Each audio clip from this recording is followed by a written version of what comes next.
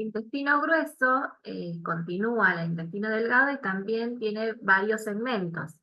El primer segmento, que está unido directamente al intestino delgado, es el ciego, después sigue el colon ascendente, el colon transverso, el colon descendente y finalmente el colon sigmoideo o sigmoide, que es el que va a continuar con el recto y finalmente con el ano.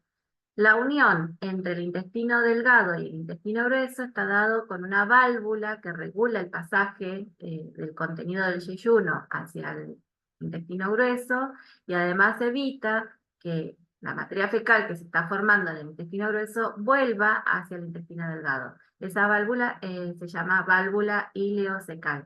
Por otro lado, quiero que observen esta prolongación que se observa en el primer segmento del intestino grueso, que es el apéndice, el famoso apéndice que muchas veces se infecta y que se termina extirpando con una cirugía. La longitud del intestino grueso puede variar, pero está alrededor de 1,5 metros aproximadamente, con un grosor del diámetro más amplio que el intestino delgado, justamente de ahí viene el nombre, de aproximadamente 6 a 7 centímetros y se hace más angosto al final en el recto. ¿Qué funciones tiene el intestino grueso? Bueno, básicamente va a recibir al quimo desde el intestino delgado, ese material digestivo que eh, ha sido ya modificado por las enzimas pancreáticas, intestinales y jugos gástricos, y que muchos de los nutrientes ya se han absorbido, pasa al intestino grueso para procesarse finalmente y formar la materia fecal. En ese procesamiento, las etapas principales es la absorción de gran cantidad de agua y de electrolitos, o sea que en esta fracción del intestino, en el intestino grueso, se siguen absorbiendo, pero ya no tanto los nutrientes, sino más bien el agua y los electrolitos. Además, es el lugar donde se forman las heces, la materia fecal, donde se compacta y se almacena y se preparan para la eliminación.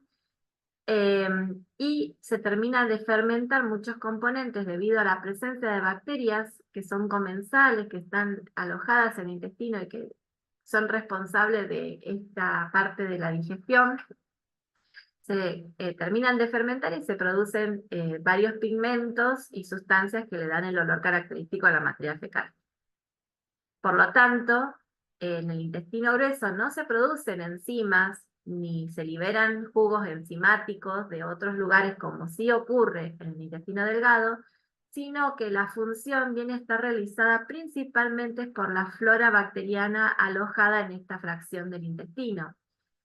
Eh, Allí se produce la fermentación, es decir, la degradación de hidratos de carbono, de proteínas, que la mayoría o gran parte pueden llegar a reabsorberse y van a ir al hígado, pero el resto va a metabolizarse a compuestos como el indol, el escatol, que son los que le dan ese olor característico a la materia fecal, y además los restos de bilirrubina se transforman en pigmentos que le dan ese color eh, característico a la materia fecal. Además, tengamos en cuenta que, fíjense en el caso de las hepatitis o de algunos trastornos en realidad de la excreción de la bilirrubina por obstrucción de las vías biliares, las heces se llaman acólicas porque son heces que no tienen el color típico, son heces más claras y prácticamente sin olor, y es porque no llega la bilirrubina excretada a través de la vía biliar, de la vesícula biliar, por lo tanto no se va a encontrar este pigmento. Bueno, entonces si podemos analizar desde el comienzo de la ingestión de los alimentos hasta el final de la excreción de lo que resta de esos alimentos ingeridos, lo que podemos ver es que se forma primero el bolo alimentario en la boca por la presencia de saliva, luego el quimo se forma en el estómago, debido a la presencia de los jugos gástricos. El quilo es lo que se forma en el intestino delgado debido a la presencia de jugos digestivos. y la materia fecal, que es lo que finalmente se forma en el intestino grueso y es lo que se va a excretar.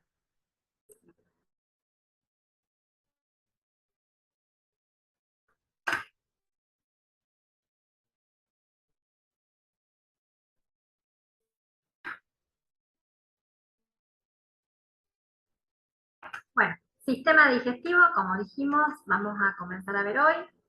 Vamos a ver un poco a qué nos referimos con el sistema digestivo, qué órganos incluye, qué órganos anexos también podemos incluir dentro de lo que es el sistema digestivo. Vamos a ver un poquito cómo es el proceso de digestión y algunas enfermedades del sistema digestivo, sobre todo aquellas que por ahí afectan de alguna manera y pueden ser evaluadas desde el laboratorio.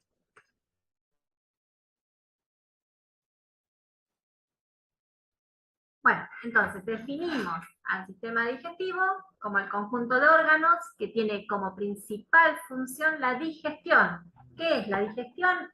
Es la transformación de nutrientes que están en los alimentos a formas que son más sencillas, más pequeñas, a formas que puedan ser absorbidas por el intestino y de esa manera poder llegar a las distintas células de nuestro organismo. Fíjense que acá representamos las distintas partes de lo que es la digestión o de todo el proceso digestivo que incluye desde la ingestión de los alimentos, la digestión que es de alguna manera la trituración, la formación de componentes más pequeños. A partir de ahí se pueden absorber algunas sustancias que se secretan también hacia distintas partes del tubo digestivo que ayudan a la digestión, componentes mecánicos que ayudan también a la motilidad y esa motilidad favorece tanto el transporte a través de todo el tubo digestivo, pero también ayuda al mezclado de los distintos alimentos y facilita también la ruptura de algunos componentes. Y por último, la evacuación, que viene a ser parte de la excreción de los residuos de los componentes que eh, no se utilizan para absorberse. Las funciones principales del tracto digestivo, bueno, la digestión de alimentos, el transporte a lo largo de todo el tubo digestivo, la secreción de algunas sustancias hacia el tubo digestivo, la digestión de los alimentos, la absorción de los productos de esa digestión y finalmente la excreción o defecación. Podemos decir que el aparato digestivo está formado por un tubo que es hueco, que está conectado con el exterior, tanto en la parte superior como en la parte inferior, pero que además de ese tubo hueco, también tenemos que incluir unos órganos anexos.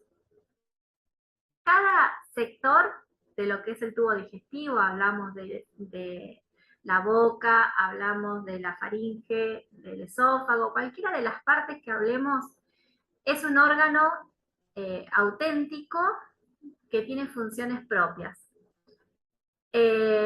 Todas las porciones de lo que es el tubo digestivo, este tubo que está conectado con el exterior, están coordinadas entre sí para favorecer esa digestión, la absorción y la expulsión de los residuos.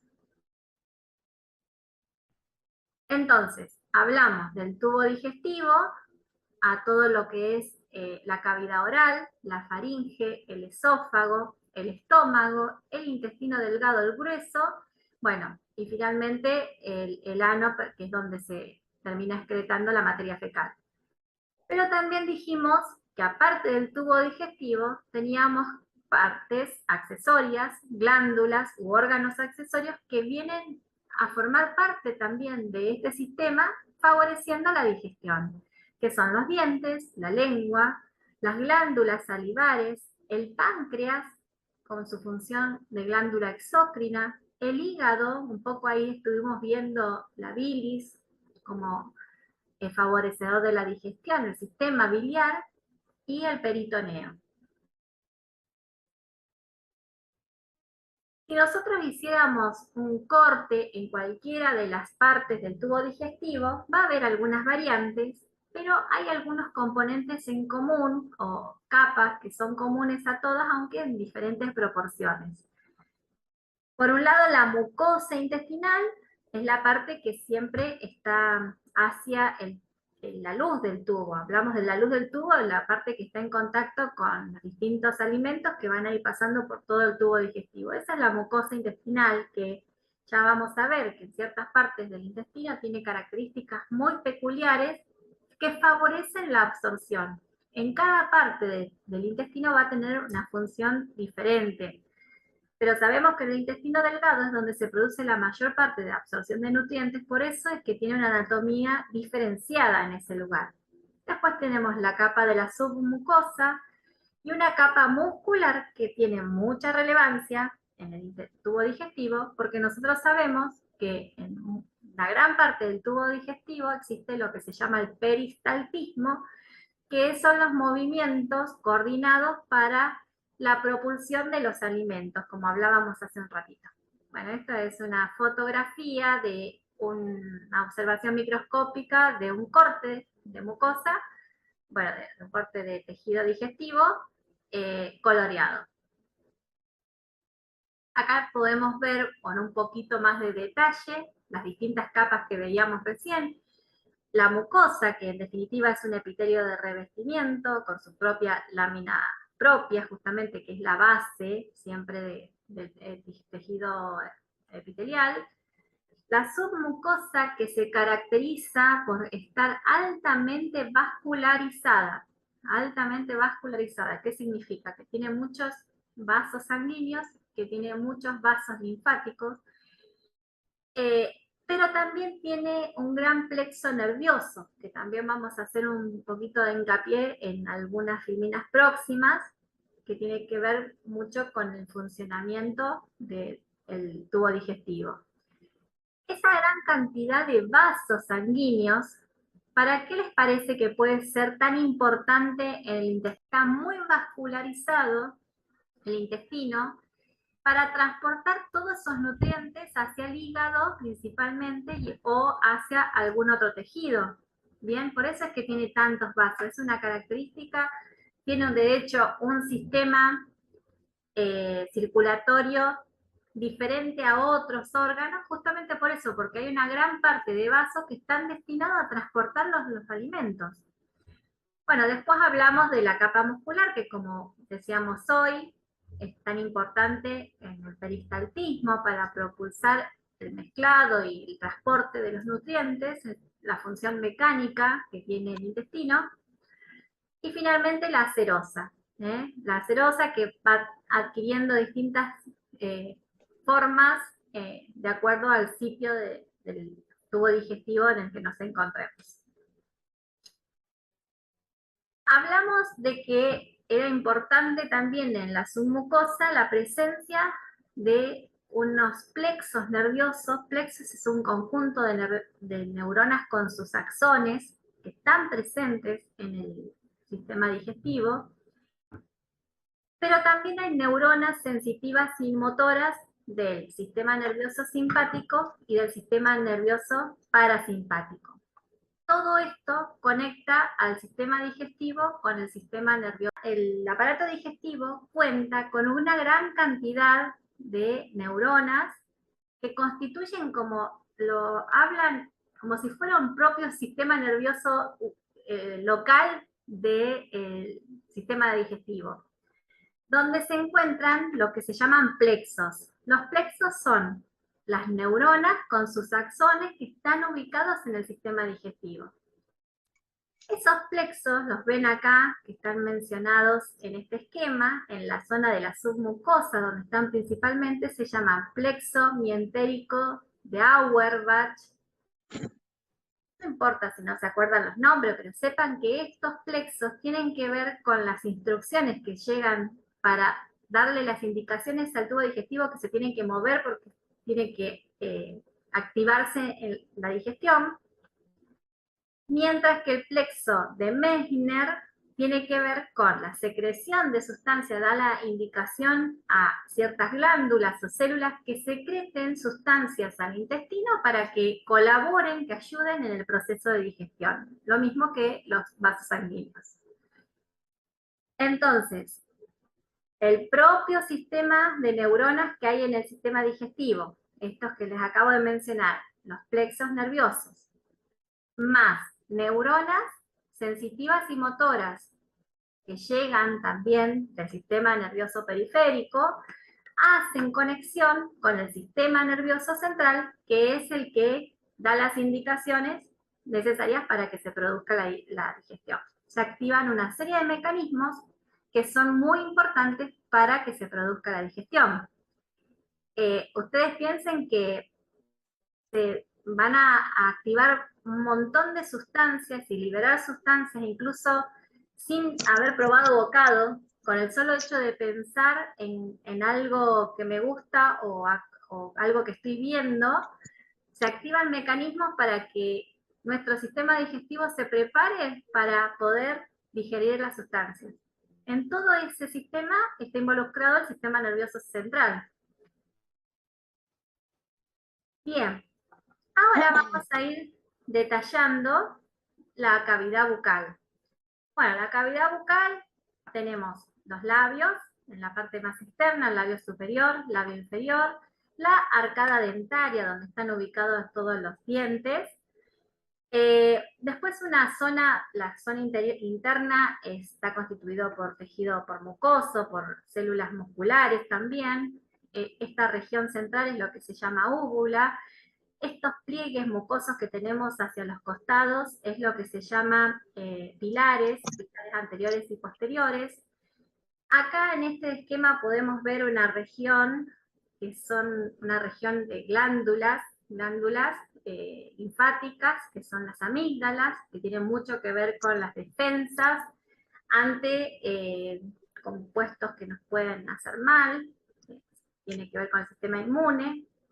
Bueno, y la lengua, ¿sí? La lengua hacia atrás, hacia el fondo, detrás de esta úvula, es lo que se conecta con la región de la faringe, que luego es a través de donde se van a incorporar los nutrientes al tubo digestivo. Bien, la zona superior de la boca está limitada por el paladar duro, que es un hueso, el maxilar superior, y hacia abajo el maxilar inferior.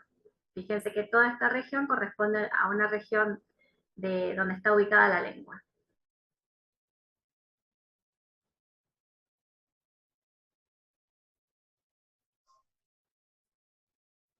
Bueno, a esta no le puse el título, a ver qué me pasó. Bueno, acá tenemos la lengua, que tiene su función tanto para el habla como para la deglución, permite los movimientos necesarios para formar el bolo alimenticio y luego transportarlo hacia la faringe, como hablábamos recién, para que después ingrese a todo lo que es el tubo digestivo y siga todos los pasos necesarios para la digestión de esos componentes. La lengua contiene papilas con receptores gustativos y receptores de tacto. A nosotros nos dan un alimento con determinadas características, con, no sé, partes más duras, partes más blancas, y eso también tiene que ver con la digestión. Y ese mismo alimento, todo procesado, para nosotros es diferente. ¿Por qué? Porque también tenemos papilas que son receptores de tacto, que nos permiten saborear de alguna manera diferente a los alimentos. Más allá de los receptores gustativos que tienen que ver con el sentido del gusto. Las glándulas linguales se encargan de secretar líquidos y mucosos que tienen enzimas. Las enzimas en todo el proceso digestivo tienen un rol muy importante. Las enzimas, nosotros la digestión la podemos dividir en dos grandes partes. Una digestión química y una digestión mecánica, no me salía el nombre. Mecánica, ¿bien? La digestión química podemos incluir tanto los ácidos que vamos a ver que son tan importantes, en algunos casos el cambio de pH, pero también las enzimas. En todo el tracto digestivo nos vamos a encontrar con enzimas que van a ayudar a la digestión. Enzimas hay de distintos tipos. Hay enzimas como las lipasas, como la lipasa lingual en este caso, que lo que ayuda es a degradar a los lípidos. Luego tenemos la amilasa, que también hay una amilasa lingual, que lo que ayuda es a degradar azúcares o hidratos de carbono de gran tamaño, a hacerlos más pequeños. ¿Bien? Las peptidasas son enzimas que ayudan a degradar proteínas. Fíjense que las enzimas todas se nombran con una terminación asa. Siempre asas significa enzima. Y muchas veces la primera parte de la palabra indica la función de esa enzima, como en el caso de las lipasas, ¿bien? Bueno, en cuanto a la cavidad bucal, tenemos la dentición en el caso del ser humano se llama difiodóntica, que significa que tenemos dos tipos de dentición, una de dientes temporales o deciduos y otra de dientes permanentes o adhesivos. Los temporales son bien 20 piezas dentarias que se recambian entre los 5 o 6 años, y los permanentes son 32 piezas dentarias.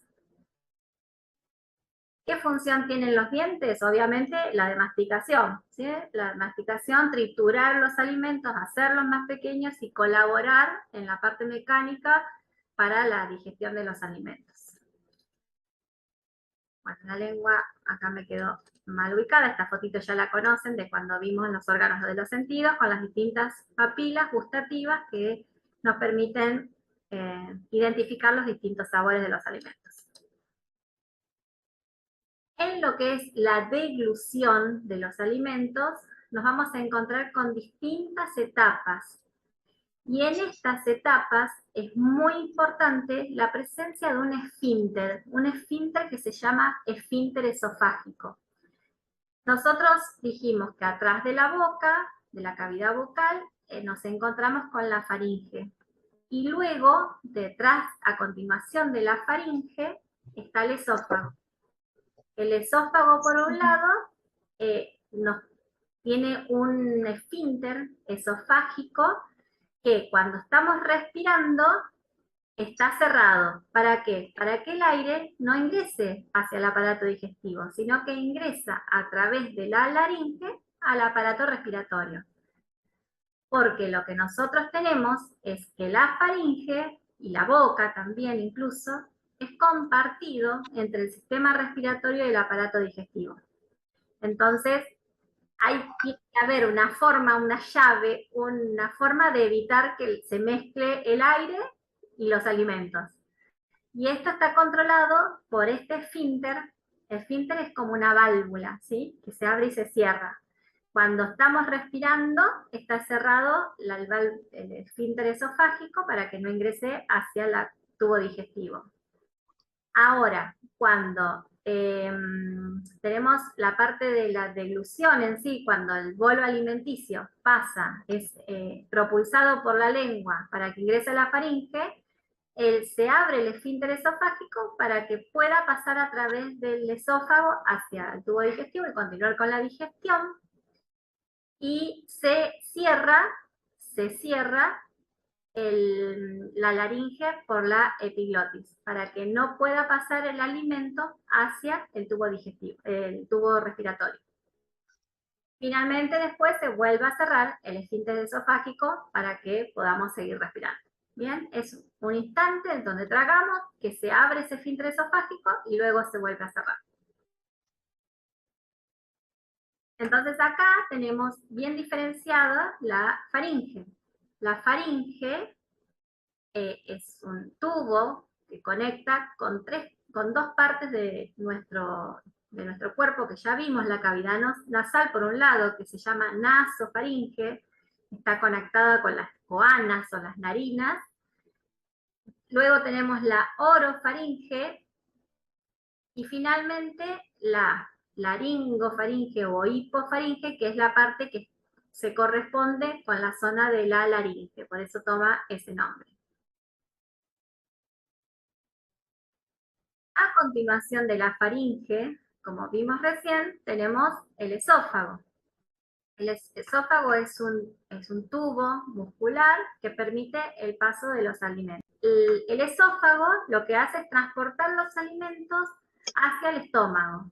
En el estómago, en la región de unión con el esófago, va a haber un esfínter también que se cierra, habitualmente está cerrado, excepto cuando llegan alimentos, para evitar el reflujo gástrico, para que los jugos gástricos que están en el estómago, que son muy diferentes de pH con respecto al resto del cuerpo, se trasladen hacia el esófago o la faringe, que se llama cardias, esa válvula.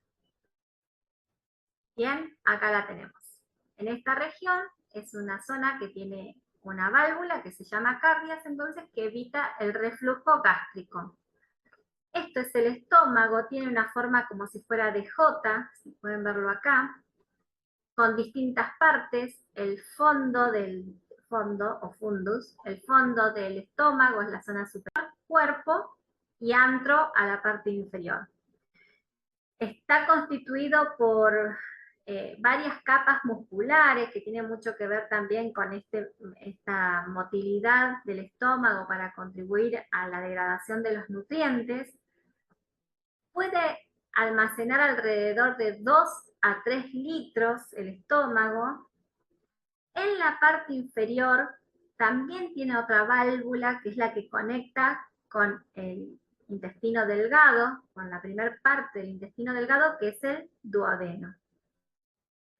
Y una particularidad que lo diferencia el estómago es el pH que tiene. Ustedes piensen que el pH de la sangre y de la mayoría de las células de nuestro cuerpo es de alrededor de 7,4. El pH del estómago es 1,3. Es un pH muy ácido. Es un pH extremadamente ácido. En esas condiciones de pH se activan algunas enzimas como la pepsina, que permite degradar muchas proteínas. Pero por otro lado también el pH ácido actúa como protector para la incorporación de bacterias, de microbios, y también colabora con la digestión.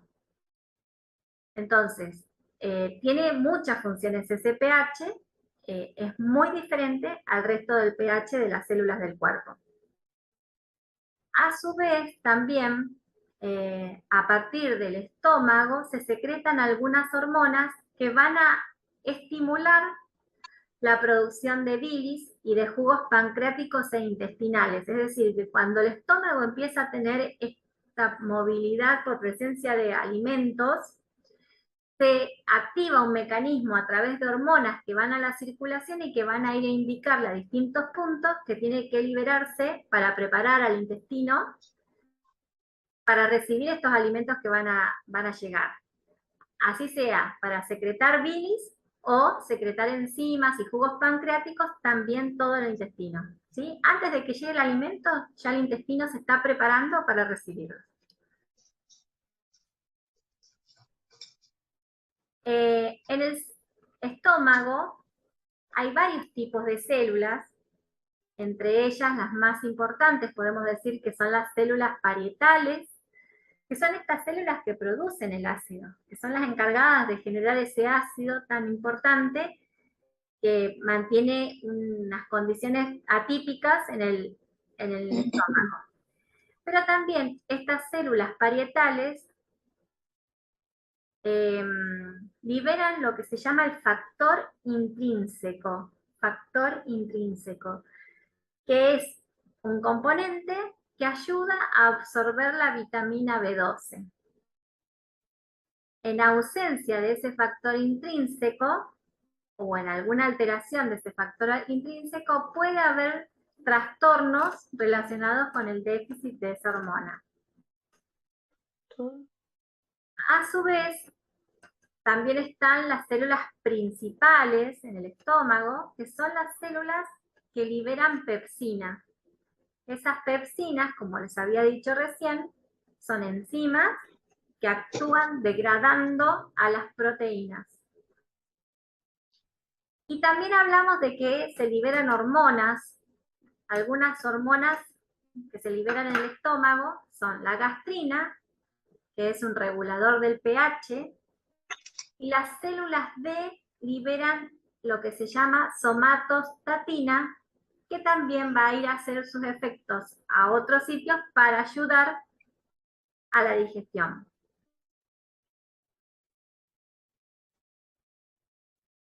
Bien, ahora yo les decía todo lo que tienen este contenido gástrico, se hace una mezcla de un líquido junto con un montón de productos que terminan teniendo un pH entre 2 y 3, 1,5 podríamos también llegar a encontrar, y entonces podemos decir que los principales componentes del jugo gástrico son el ácido clorhídrico, que es lo que le da la acidez tan típica, el pepsinógeno, que debido al pH ácido se transforma en pepsina, también hay secreción de mucus, hay lipasas gástricas, las lipasas son diferentes a la lipasa lingual que habíamos visto hoy, porque justamente esas enzimas tienen que poder sobrevivir en ambientes muy diferentes, pero tienen una función similar, que es la de degradar los lípidos.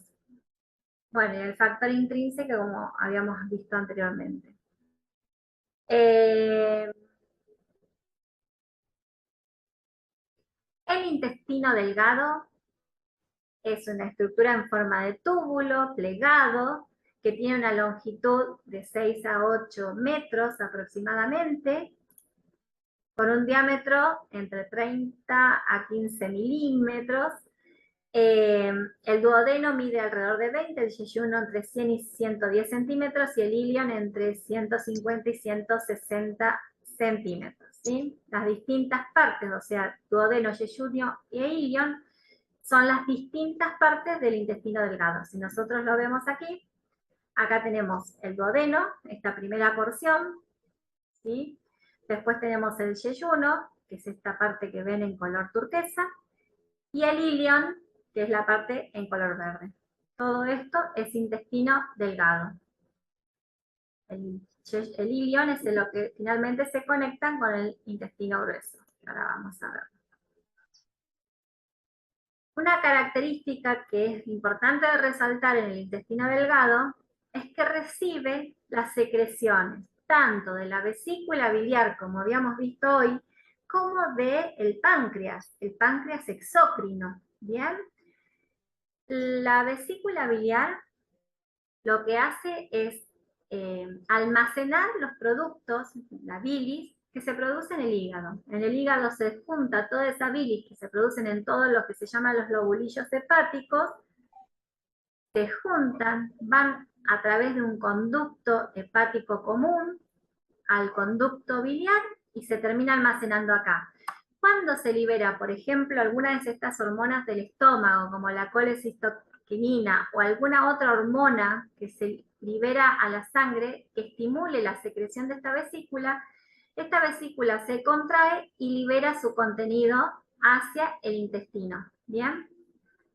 Lo mismo pasa con el páncreas. El páncreas tiene un conducto pancreático donde va juntando todas las secreciones exócrinas del páncreas. Esas secreciones tienen enzimas que van a ayudar a la digestión. Tanto el conducto biliar común, perdón, no, acá no está puesto, tanto este conducto, que es el que trae el contenido de la vesícula biliar, que se llama colédoco, como el conducto pancreático, ambos llegan a una región que se llama una papila en el intestino, llegan y se secretan al intestino para favorecer la digestión. En ambos casos son distintos contenidos, pero que vienen de distintos nodos y que tienen en esta ampolla o vesícula o papila, ampolla de váter también le pueden decir, en esta región se recibe el contenido de ambos lugares, tanto del páncreas como de la vesícula biliar. Esta región contiene un esfínter que también regula las secreciones. No es que todo el tiempo se está liberando contenido de estos lugares, sino que se regula de acuerdo a las necesidades. Por otro lado, habíamos dicho que el intestino tiene en su composición microscópica características muy particulares que tienen que ver con la función que tienen, que justamente es la de absorción. Fíjense que la mucosa en el intestino delgado tiene esta forma, tiene vellosidades, tiene estas prolongaciones, que lo que hacen esas vellosidades es aumentar la superficie de absorción. Esas microvellosidades o borde en cepillo, que también se lo llama, lo que hace es aumentar la superficie de absorción. No es lo mismo tener una superficie lisa que tener muchos pliegues o prolongaciones que en toda esa superficie permite absorber nutrientes. Se estima que si uno pusiera en forma plana la unión de todas estas células que forman las microvellosidades, tendría una superficie, cubriría una superficie en una persona adulta de alrededor de 250 metros cuadrados, que equivale a la superficie de una cancha de tenis. Así que imagínense la superficie que se puede lograr al tener todas estas criptas o vellosidades presentes en el intestino.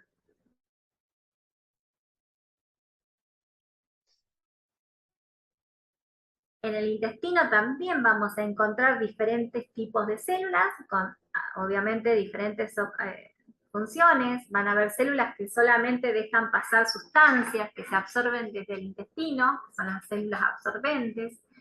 Va a haber células que producen moco, que también es importante para poder rodear a los alimentos, para proteger, para que no ingresen parásitos o que sí ingresan, pero tratar de proteger contra también los microbios, para lubricar y evitar lesiones con el tránsito de los alimentos. También hay células que tienen función endocrina, que producen secreciones intestinales mediante la secreción de enzimas como la secretina, la serotonina, la gastrina, que todo esto ayuda a aumentar la digestión de los productos. También va a haber células linfoides, porque obviamente se van a absorber sustancias que pueden ser nocivas para nuestro sistema inmune, y ahí vamos a encontrarnos con células que van a tratar de fagocitar eso que es extraño o ajeno o que puede hacer daño al cuerpo. Y bueno, va a haber células que, como en todo tejido, son indiferenciadas, que son las que permiten renovar las células que se necesiten en este tejido. Entonces, dijimos que el intestino delgado es el sitio donde se absorbe la mayor cantidad de nutrientes de nuestro cuerpo. Por eso es que tiene esta estructura de microvellosidades tan característica. Y se producen absorciones diferenciadas en distintas partes del intestino. En el duodeno va a haber mayor absorción de hierros, grasas y vitaminas liposolubles. En el yeyuno, mayor absorción de electrolitos.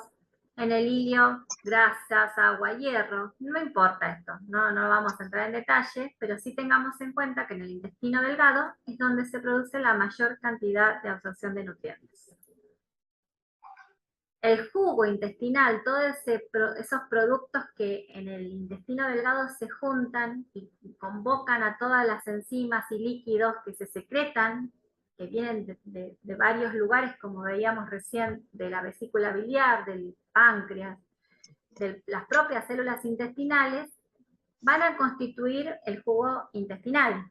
Y ese jugo intestinal tiene agua, principalmente, pero también tiene sales, tiene mocos, tiene enzimas, como las maltasas, lactasas, etcétera, lipasas, peptidasas. Todas estas son enzimas que el nombre lo dice, más o menos la función que van a llevar a cabo. Las peptidasas, péptidos; las nucleasas son los ácidos nucleicos; las lipasas, los lípidos, etcétera, ¿sí? Gran cantidad de enzimas que ayudan a la digestión. Se producen aproximadamente entre 1 y 2 litros de jugos digestivos diarios, con un pH que está entre los 6 y 7,6. Fijémonos el contraste de pH con el vecino, que era el estómago, que tenía pH 1,5. Bien, en toda esta región del intestino es muy importante los movimientos mecánicos que se producen por contracciones musculares ordenadas que permiten el traslado del bolo alimenticio. Se va acompañando por propulsiones en distintos segmentos del tubo digestivo. A esos movimientos musculares es lo que se llama peristaltismo. Bueno, y finalmente el último segmento del intestino o del tubo del tracto digestivo está dado por el recto y el ano, que es un canal que permite la defecación. Y para ello el recto contiene dos esfínteres a la unión con el ano, uno es voluntario y el otro es involuntario, para la eliminación de la materia fecal a través de la defecación. Bueno, y vamos a abordar ahora un poco sobre las glándulas accesorias del tubo gastro o del intestino o del tracto gastrointestinal, que son las glándulas salivares, el hígado y el páncreas. Son tres tipos de glándulas que, si bien no forman parte del tracto digestivo, del tubo digestivo, sí forman parte de todo el mecanismo de la digestión, porque son los que liberan sustancias para favorecer esa digestión. Por eso las vamos a tener en cuenta en este capítulo. Bueno, las glándulas salivares vamos a tener en cuenta tres principalmente: la sublingual, la submaxilar y las parótidas. La submaxilar es la que genera el 70% de la saliva, pero también son importantes las otras dos. La parótida, por ahí ustedes deben haber escuchado alguna vez la parotiditis, que es una inflamación de esta glándula que se observa como con el cuello inflamado y duele, es muy doloroso. Bueno, son las responsables de la secreción de la saliva, que tiene que ver con este líquido rico en iones, en moco y enzimas que ayudan a la digestión. Esas enzimas pueden ser la lisozima, pero también puede ser la amilasa pancreática, que ayuda a la digestión del almidón y de la lipasa de los lípidos, ¿sí? Entonces, ya desde la boca podemos decir que hay una digestión tanto mecánica como química, porque es en este lugar donde se empieza ya a degradar a los alimentos. El páncreas, habíamos comentado que es una glándula mixta porque tiene función endocrina y exócrina. En este caso, para la digestión es muy importante la función exócrina, porque libera al intestino a través del conducto pancreático que se une con el colédoco que viene de la bilis, de la vesícula biliar, al intestino, en este lugar, en una zona que se llama ampolla de Vater, el contenido pancreático, que contiene una serie de enzimas que están inactivas, pero por la presencia de una enzima que está en el intestino delgado, que es la tripsina, se convierten en las enzimas activas necesarias para la degradación de los alimentos. Tiene un pH relativamente alcalino, rico en agua y en bicarbonato, pero también en estas proenzimas inactivas. Acá yo les mencioné cuáles son las proenzimas, algunas de ellas.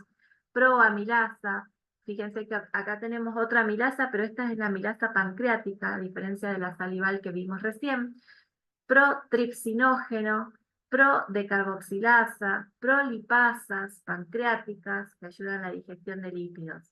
Entonces, lo que sucede en el intestino es que una enzima liberada por el intestino delgado, que es la enteroquinasa, ayuda a que una enzima que está inactiva, que es el tripsinógeno, pase a la forma activa, y esta activa al resto de las enzimas pancreáticas, ¿sí?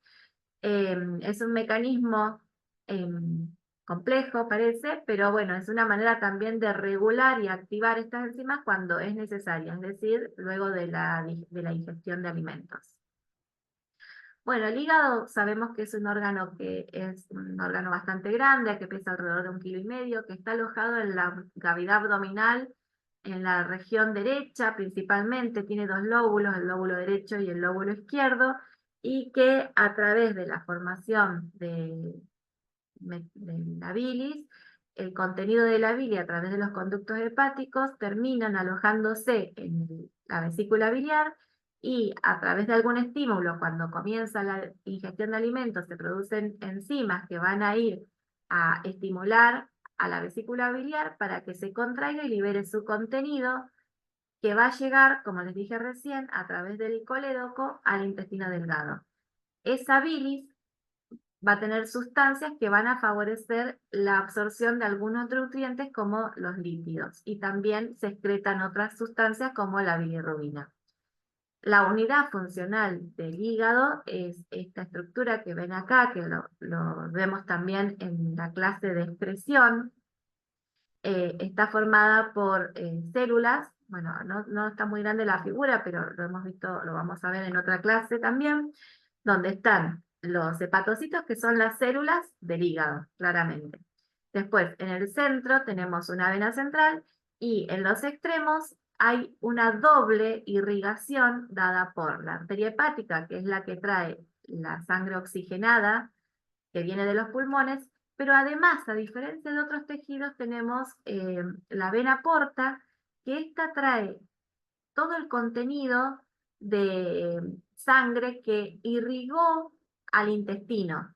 Entonces, de esta manera, esa sangre, que si bien es venosa, no tiene tanta cantidad de oxígeno, trae una gran cantidad de nutrientes, de sustancias que se absorbieron en el intestino. ¿Para qué? Para poder procesarlas en el hígado. El hígado es uno de los órganos más importantes en el metabolismo. Allí se metabolizan los hidratos de carbono, las proteínas y los lípidos, y los va a destinar a donde sea necesario en nuestro organismo. Entonces, por eso es que trae circulación entérica o circulación portal, que viene del intestino con todos esos nutrientes. Generalmente estamos acostumbrados a ver a que un órgano esté irrigado por una arteria que viene con el oxígeno, y después sale de ese órgano la vena, que se va con mayor cantidad de dióxido de carbono. En este caso vemos entonces a doble irrigación dado por estas dos, una arteria y una vena, y finalmente el contenido de ambas va a terminar en la vena central, que finalmente va a salir como una circulación venosa desde el hígado con el resto de la circulación venosa del cuerpo, que vuelve de nuevo al corazón. Bueno, bien. En esta, además, rodeando a estos hepatocitos, están los canalículos biliares, que son los que van a ir recolectando la bilis que se va formando en el hígado, ¿sí? Esos canalículos biliares van después a desembocar en estos conductos hepáticos mayores, derecho y izquierdo, y finalmente esa bilis se almacena hasta que sea necesario en la vesícula biliar. Bueno, esto es lo que les decía recién, lo de la doble irrigación a través de la arteria hepática y de la vena porta, que transporta entonces el contenido de la digestión intestinal de todos los nutrientes. El hígado, bien les decía recién, que tiene un rol muy importante en el metabolismo, pero además tiene muchísimas funciones. Por eso es tan importante las funciones del hígado, porque va a poder neutralizar y desintoxicar la sangre, porque metaboliza compuestos tóxicos que están circulando, sintetiza factores de coagulación. Por eso cuando hay una alteración hepática, cuando el hígado está muy comprometido, también hay alteraciones de la coagulación, porque no se fabrican estos compuestos como el fibrinógeno, la protrombina. Sintetizan proteínas, la principal proteína que está en la sangre, que es la albúmina, pero también otras proteínas de transporte como las lipoproteínas. Metaboliza todos los compuestos, tanto lipídicos como carbohidratos, como proteínas. Una gran parte del metabolismo de estas moléculas se hace en el hígado. Además produce la bilis, que sabemos que es muy importante para la digestión, pero también para la excreción de compuestos como el colesterol y como la bilirrubina.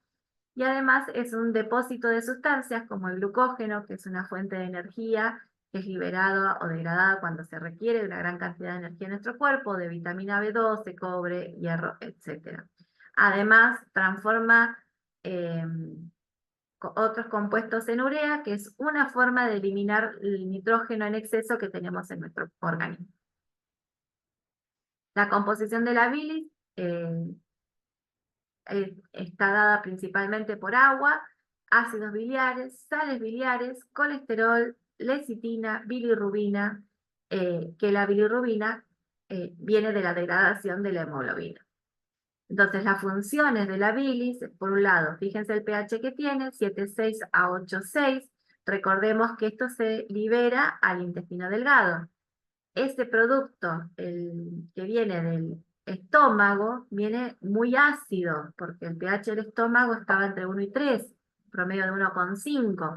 Entonces, cuando llega al intestino, se tiene que neutralizar y parte de esa neutralización de esa acidez viene dado por la alcalinidad que tiene la bilis. Esta bilis se va a almacenar en la vía biliar y mediante alguna enzima que se libera como la colecistoquinina, que le va a dar la indicación a la bilis a través de la contracción muscular que tiene, a que se libere al intestino. Entonces, la función es neutralizar ese jugo gástrico, además ayuda a la digestión de las grasas. ¿Por qué?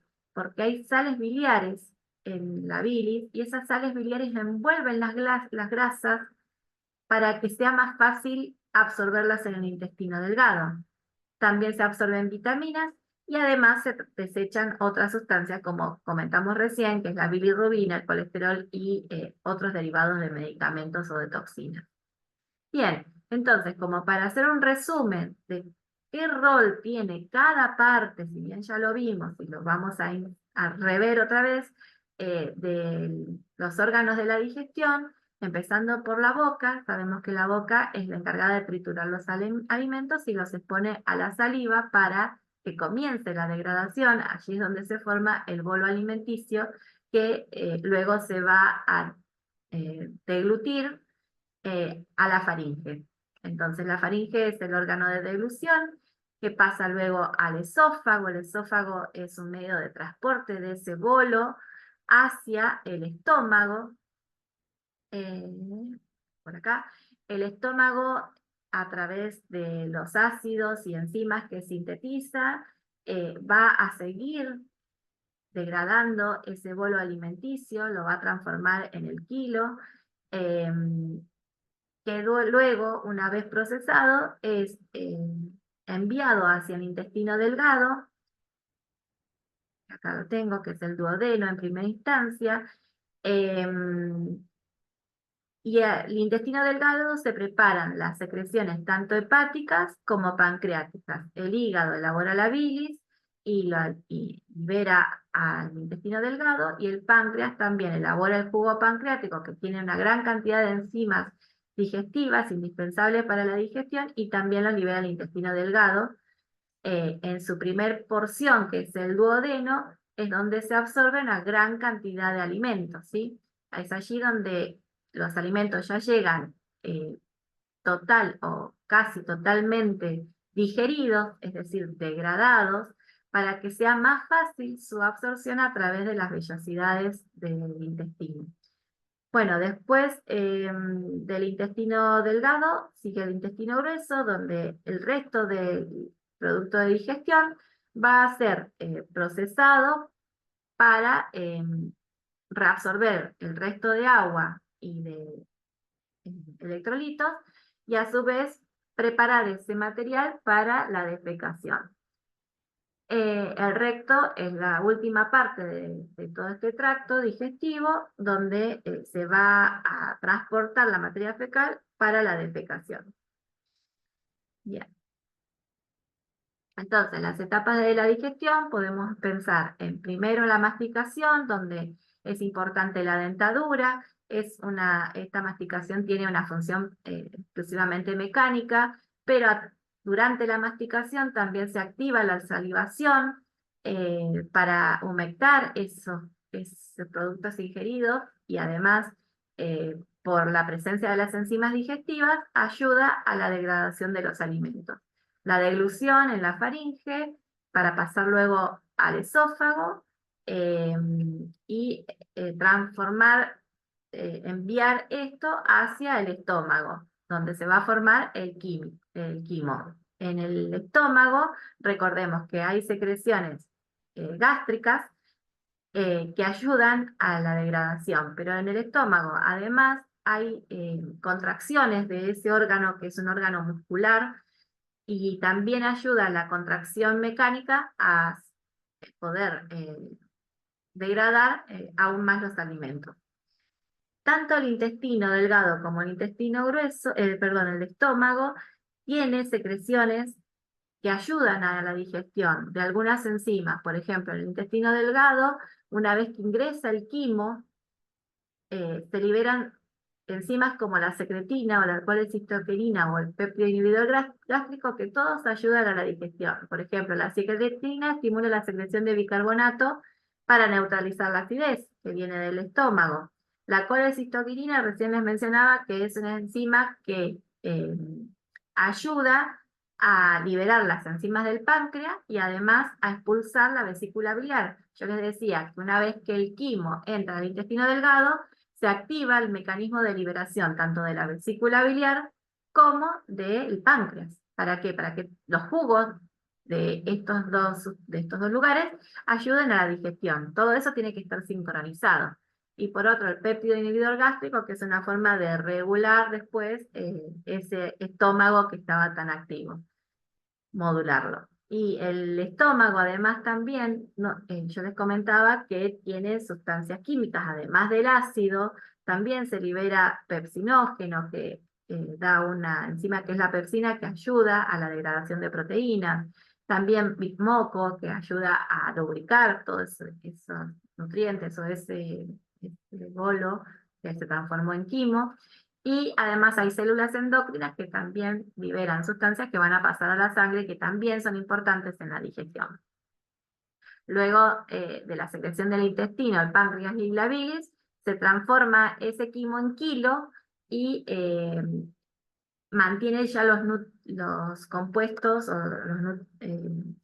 los productos digeridos listos para ser absorbidos. Ese producto va a ir movilizándose a través del intestino debido a la contractibilidad que tiene el intestino, esa motilidad intestinal que permite que por contracciones periódicas se vaya movilizando todo el contenido a través del intestino.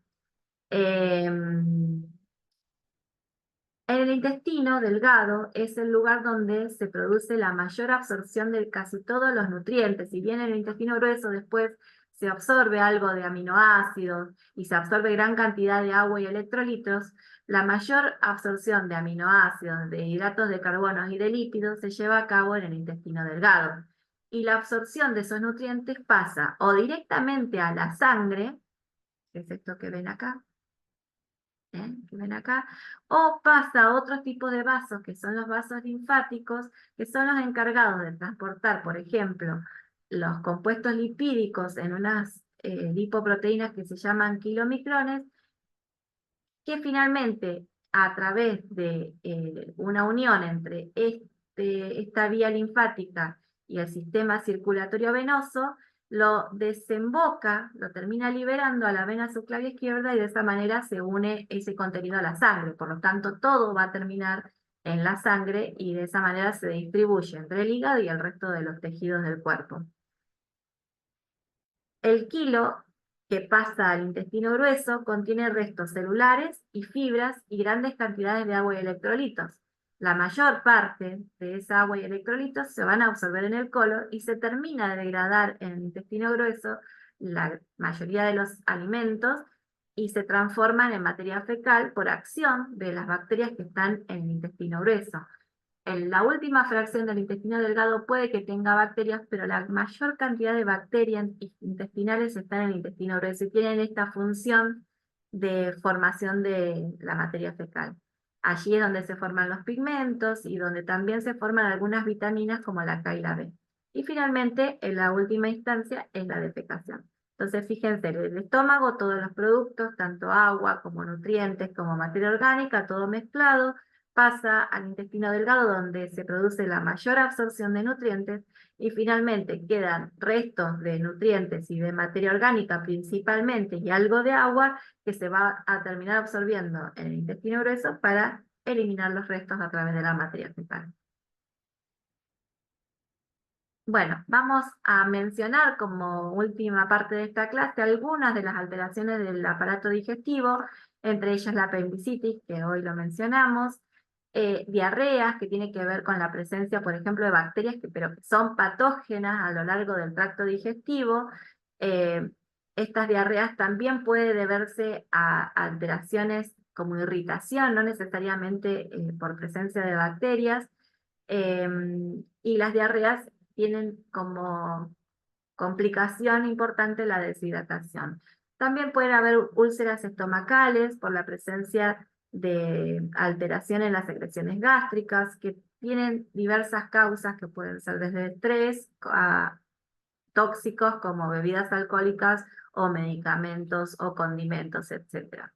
Algo también muy mencionado en el laboratorio son las hepatitis, que no solamente están las hepatitis virales, que por ahí es lo que más conocemos, sino que también puede haber inflamación hepática por la presencia de fármacos o presencia de autoanticuerpos o enfermedades metabólicas.